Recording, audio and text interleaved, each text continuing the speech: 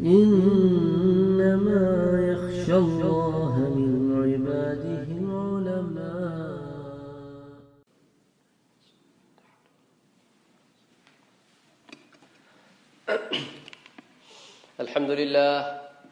الحمد لله نستعينه ونستغفره ونؤمن به ونتوكل عليه ونعوذ بالله من شرور أنفسنا ومن سيئات أعمالنا فمن يهده الله فلا مضل له ومن يضلل فلا هادي له وأشهد أن لا إله إلا الله وأشهد أن محمدا عبده ورسوله أرسله بالحق بشيرا ونذيرا اللهم صل على سيدنا محمد صلى الله عليه وسلم رب اشرح لي صدري ويسر لي أمري واحلل عقدة من لساني يفقه قولي ربنا زدنا علما ربنا زدنا علما ربنا زدنا علما فقال الله تعالى في القرآن الكريم والفرقان المجيد فأعوذ بالله من الشيطان الرجيم بسم الله الرحمن الرحيم والذين آمنوا أشد حبا لله صدق الله العظيم. In this ayah that I have just recited to you, Allah subhanahu wa ta'ala is telling us, but those who believe, وَالَّذِينَ آمَنُوا أَشَدُّ حُبًّا لِلَّهِ, their strongest level of love is only for Allah subhanahu wa ta'ala. So, in Urdu, or some of the other languages like Persian, there is a word that has been going around for centuries for the strongest level of love with Allah subhanahu wa ta'ala. It's called ishq. That has been going on for ages. Sufia has written this in their poetry. You find it in Punjabi poetry, Farsi poetry. You read Maulana Rum, you read Bulle Shah, you read Sindhi poetry, Shah Abdul Latif Pitai. You will going to find this word recurrence.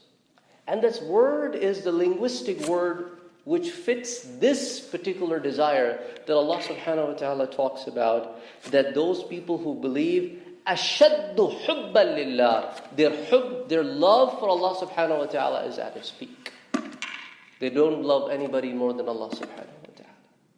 So Allah subhanahu wa ta'ala is now telling His Prophet to tell the believers, قُلْ, tell them, O Prophet, إِن كُنْتُمْ تُحِبُّونَ اللَّهِ, if you really, really, truly love Allah subhanahu wa ta'ala, I will going to tell you a standardization process. I'm going to tell you a code of conduct. And that code of conduct and that standardization process is, follow me. Follow who? Follow the Prophet. فَاتَّبِعُونِي. Prophet is telling the believer what? Follow me. And then what will you going to get back? يُحْبِبْكُمُ اللَّهِ. Allah will going to love you back. So you love Allah, but there is no measure of figuring out, does Allah loves me back or no? And that's exactly what's going on around the world. There are so many religions. They all claim that we love Allah subhanahu wa ta'ala. But Allah subhanahu wa ta'ala will going to decide whose love is accepted. So that's why Allah subhanahu wa ta'ala has sent messengers after messengers, prophets after prophets, so that the people of this world know the standardization, the code of conduct. That if you live up to this standards, then it is accepted. If you do not follow these standards, then it's not accepted. So for example, people of Makkah, they believed in Allah subhanahu wa ta'ala. To them, Allah subhanahu wa ta'ala was the supreme God, but not the only God. Okay? That was the main difference. That's exactly what Prophet Muhammad sallallahu alaihi wasallam was trying to tell them. Allah is the only God and the only deity to be worshipped, and nobody else should be worshipped. And they used to argue back and they said, you know what, we don't worship these idols. هَهُنَا شُفَعَاؤُنَا. These will intercede on our behalf in Allah subhanahu wa ta'ala's court, because we are so filthy, He will not going to listen to us. That was their mindset. But they were trying to do what? They were still trying to worship these idols. That's exactly what Hindu philosophy is too. If you ask them, and you sit with them, and you have a conversation, a healthy conversation, they say, no, we are not worshiping these. We know there's one supreme God, but we worshiping these people because these were pious people. We worship them so that they're happy, so they will going to talk to Allah on our behalf. This is where Islam comes in and says, you do not need the middleman. You don't need these stones and trees and idols to get to Allah subhanahu wa ta'ala. There is a direct connection between you and your Lord. So you love Him, He loves you back, and the connection string is to follow the prophets and their traditions. And this book that Allah subhanahu wa ta'ala has given to us, the Prophet lived this book. Wherever we get stuck, we look at his life. And we find the answers over there. Now things have changed. Things have advanced. Now we use stylus on an iPad or a Surface Pro. Back then, during the time of the Prophet, they would use feathers to write on probably a stone, probably a piece of wood, probably a leather. But the writing process was there. The learning process was there. The languages were there. Prophet himself asked one of his companions that I want you to learn the Aramaic language. And we talked about that. We had a whole khutbah on it last year, that he actually handpicked, interviewed a person for a position who had the skill sets, and then that person was given the task to learn the Aramaic language, because Prophet Muhammad sallallahu alaihi wasallam wanted to use this person whenever he would write letters to the people that would understand Aramaic. Or whenever he would receive a letter from the people that wrote it in Aramaic, he needed to have a local representative to understand that language, rather going out there and asking somebody else to come and work for us. He could have easily outsourced. He was outsourcing for all these years, but then he realized, no, it's about time that we should utilize the local talent, groom him, train him, and utilize him. And that's exactly what nations do. The progressive nations, that's exactly what do. So Allah subhanahu wa ta'ala is saying that who I love, I'll tell you. Allah subhanahu wa ta'ala says, Wallahu yuhibbul mutatahhirin. He loves who? Who are pure. Pure from inside, pure from outside. These are the people who are not hypocrites. They don't live double standards. They have one face. They don't have two faces. They're not like the person who will talk to somebody, and as soon as that somebody leaves, they start saying, No, these are not the kind of same people. As soon as the conversation is over, whatever conversation happened was done. There and then. That's it. No backbiting after somebody leaves the scene. They don't have two faces. They're pure. Those are the kind of people Allah subhanahu wa ta'ala likes. And what kind of qualities Allah subhanahu wa ta'ala does not like?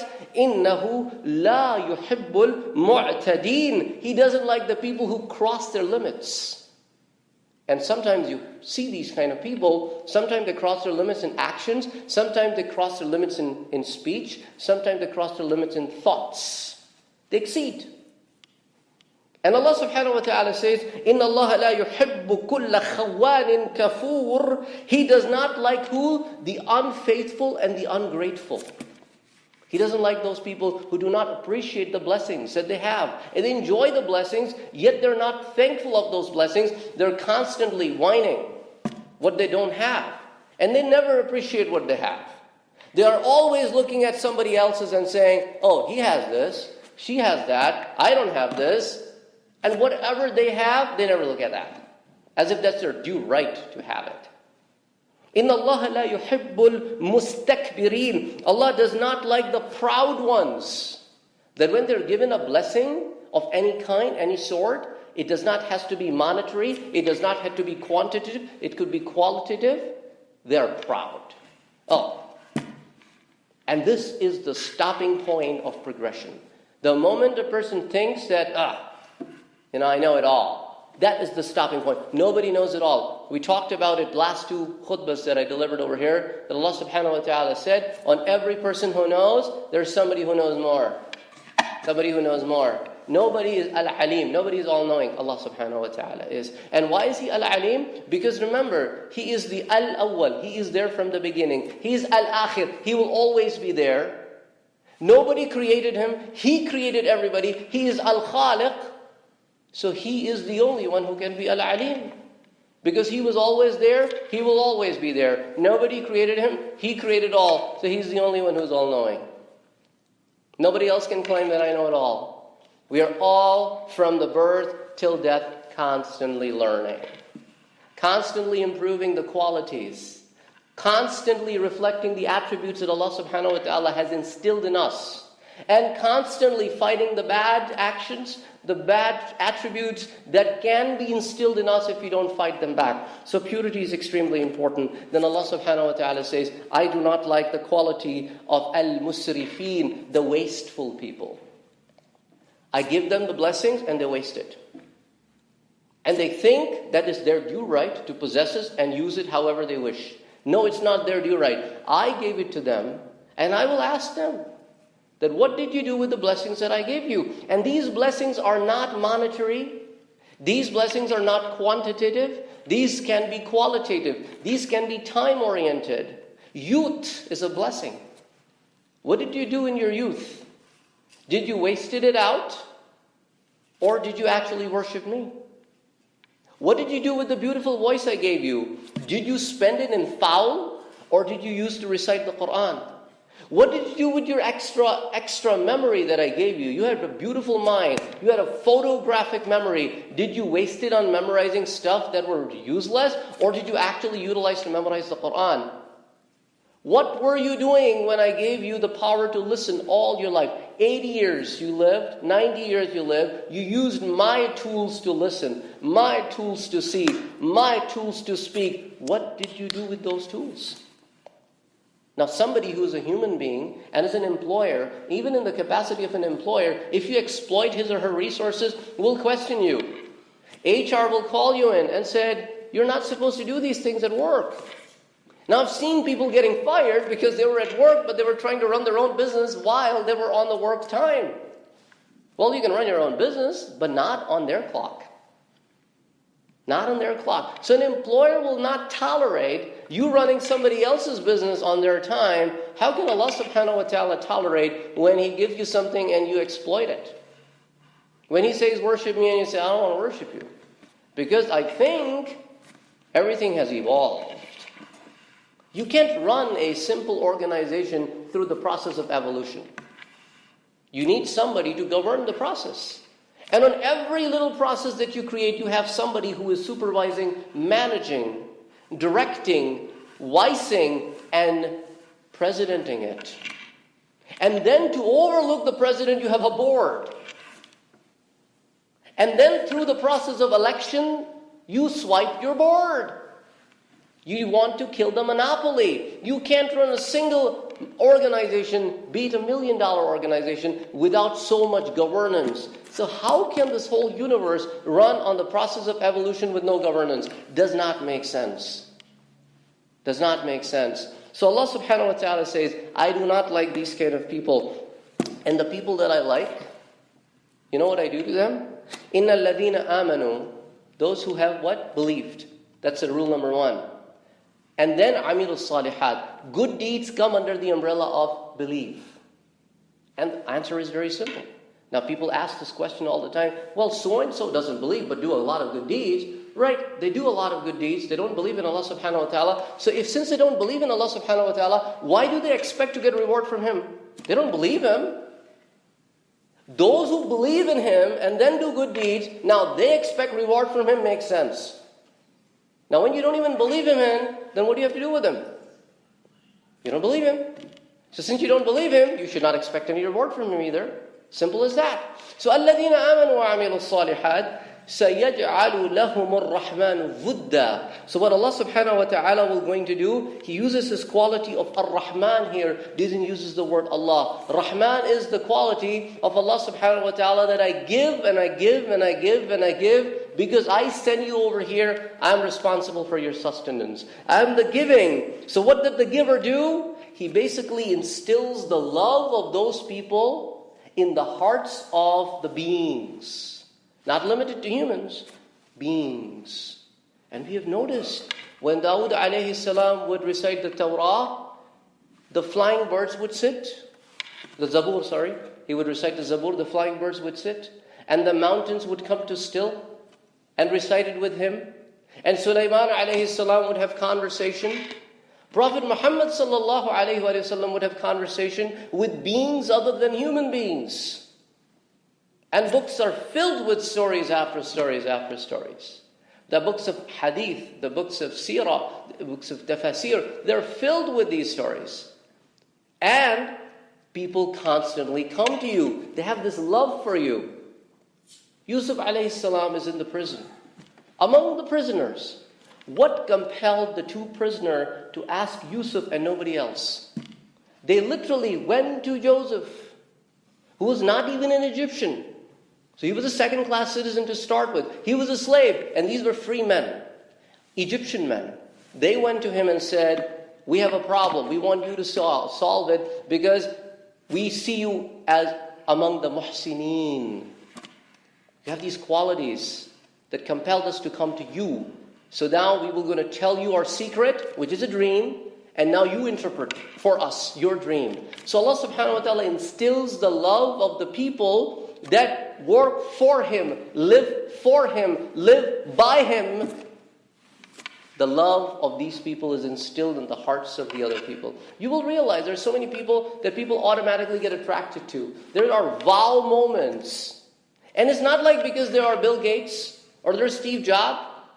They're not those people. They're a common man. But Allah's love is in their hearts, which gets distributed in the hearts of the other people, so they're automatically compelled towards them. So Allah subhanahu wa ta'ala says this in this ayah. And the Prophet Muhammad sallallahu alayhi wa sallam says in a hadith reported by Imam Tirmizi, Ahibbullah, love Allah subhanahu wa ta'ala, lima yaghdukum min ni'amihi, because He sustains you. He sustains you. Whatever you are, from before the birth, He starts sustaining you when you are in the process of getting birth, all the way till you die. And those of you who are pious, they're even treated well in their graves. And then He kept you somewhere in the world of the arwah, the souls, where He sustained you. Your sustenance was different. Then He will sustain you when He will going to resurrect you back in the heavens.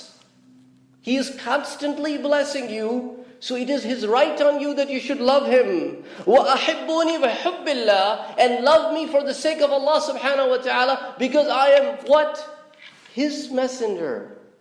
I am His messenger. Whatever I say is by His command. I am His messenger. أَحِبُّونِي بِحُبِّ اللَّهِ وَأَحِبُّ أَهْلَ بَيْتِي لِحُبِّي, and love my family for my sake. And love my family for my sake. So Allah subhanahu wa ta'ala, whenever He decides to love a servant, reported by in a hadith by Abu Hurairah radiyallahu ta'ala anhu, he says the Prophet Muhammad sallallahu alayhi wa sallam said that إِذَا أَحَبَّ اللَّهُ عَبْدًا, whenever Allah subhanahu wa ta'ala loves a servant, نَادَى جِبْرَائِيل, He calls upon Jibreel and says, إِنِّي قَدْ أَحْبَبْتُ فُلَانًا, I love the following slave of mine, فَأَحِبَّهُ, you must also love him. You must love him. I love him. For me, you should love him. قَالَ فَيُنَادِي فِي السَّمَاءِ, and the Jibreel goes out in the heavens and start telling the angels that Allah loves the following person, you should also love him. And the angels pass the message over and over and over till it reaches the angels of the planet Earth. ثُمَّ تَنْزِلُ لَهُ الْمَحَبَّةُ فِي أَهْلِ الْأَرْضِ, and then when it reaches the earth, it gets distributed in the hearts of the people who live here. So automatically they get attracted to this individual. Why? Because Allah loves him. فَذَلِكَ قَوْلُ اللَّهُ تَعَالَى, in the Quran, Allah subhanahu wa ta'ala says, the ayah that I told you, إِنَّ الَّذِينَ آمَنُوا وَعَمِلُوا الصَّالِحَاتِ سَيَجْعَلُ لَهُمُ الرَّحْمَنُ وُدًّا. So when Allah subhanahu wa ta'ala loves somebody, He instills the love of that person in the hearts of the other people. وَإِذَا أَبْغَضَ اللَّهُ عَبْدًا, and when Allah is angry with somebody, not happy with somebody, He calls upon Jibreel. نادى جبرائيل إني قد أبغضت فلانا, I do not like the following slave. Then the Jibreel goes about and starts spreading that news in the angels. And the news transcends down to the planet Earth. And it gets instilled in the heart of the people of the earth. So you will notice that there are individuals that when you look at them, you don't feel comfortable. You don't get positive vibes. You don't want to be around them. You constantly get negativity. Where is this coming from? You never met this person. You're getting in this present for the first time. It is the installation that Allah puts in the hearts of the people that attracts a soul towards another soul. And when it comes to our conversation, daily conversation, somehow we have made this a habit to make other person's life difficult. We tell them things that are beyond doing of a common person. It's pretty much like if you are a high school graduate and I ask you to solve a PhD problem. You're going to run away from college. You'll be, oh my God, is this the kind of problems I'm going to be solving as a freshman? I don't want to go to college. So Allah subhanahu wa ta'ala, through His Prophet says, tell the believers, يَسِّرُوا وَلَا تُعَسِّرُوا وَبَشِّرُوا وَلَا تُنَفِّرُوا. Tell them easy things. Don't tell them hard things. Call them towards the faith. Don't tell them things that they will run away. If I sit here every Jummah and start telling people, so-and-so is going into hellfire. You're not doing this, you're not doing that, you're not doing this, you're not doing that. You're going to leave over here with a heavy, hardened heart saying, okay, I'm the worst creation on the face of earth. But on the contrary, if I tell you, you're doing good. You just need to do a little bit more. You're there. Your Lord loves you. He loves you, that's why you're here. You'll go in Jannah. Inshallah, you will go to be in the neighborhood of the Prophet Muhammad sallallahu alaihi wasallam. You will have an opportunity of looking at your Lord because you're good. You just need to be better. Nobody is best. And keep working on that goodness till the last breath. Believe in Him and follow Him. You will leave here motivated. You want to do more. You want to be good. Whenever you see somebody in a bad situation, you want to go out and help that person. That's what Allah subhanahu wa ta'ala says. I am Rahman. I am Rahim. So, oh, those of you who believe in me, why are you not merciful? Why is your heart so hardened that you are happy when somebody is sad? And you are sad when somebody is happy? It should be the other way around. Because it is the I who gives the sadness. It is I who give the happiness. You don't control it. So this is an angle of love, a different angle of love that I wanted to bring to you today. That Allah loves us. He loves us. That's why He gives us.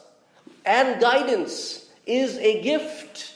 The Prophet is a gift. It is the gift of Allah subhanahu wa ta'ala that we have been born in the ummah of the Prophet Muhammad sallallahu alayhi wa sallam, the best of all the ummahs. This is the beautiful ummah that the Prophet Muhammad sallallahu alayhi wa sallam said, there will be 70,000 men from my ummah that will enter the Jannah without any asking. And the Sahaba said, 70,000 is such a small number. You should have asked for more. He said, yeah, I asked for more. Then with each one of those 70,000, He will take another 70,000 with each one of them in the Jannah without any Q&A. You know what 70,000 times 70,000 is? 4.9 billion. That's our going inside without any Q&A. He's merciful. We need to raise our hands and say, Allah, please forgive me and make me among those people that shall enter the Jannah without any Q&A, and make me among those people who live a life over here that you're happy with me. We got to do our part, and then He will do His part. أقول قولي هذا وأستغفر الله لي ولكم ولسائر المسلمين فاستغفروه إنه هو الغفور الرحيم. وفوق كل ذي علم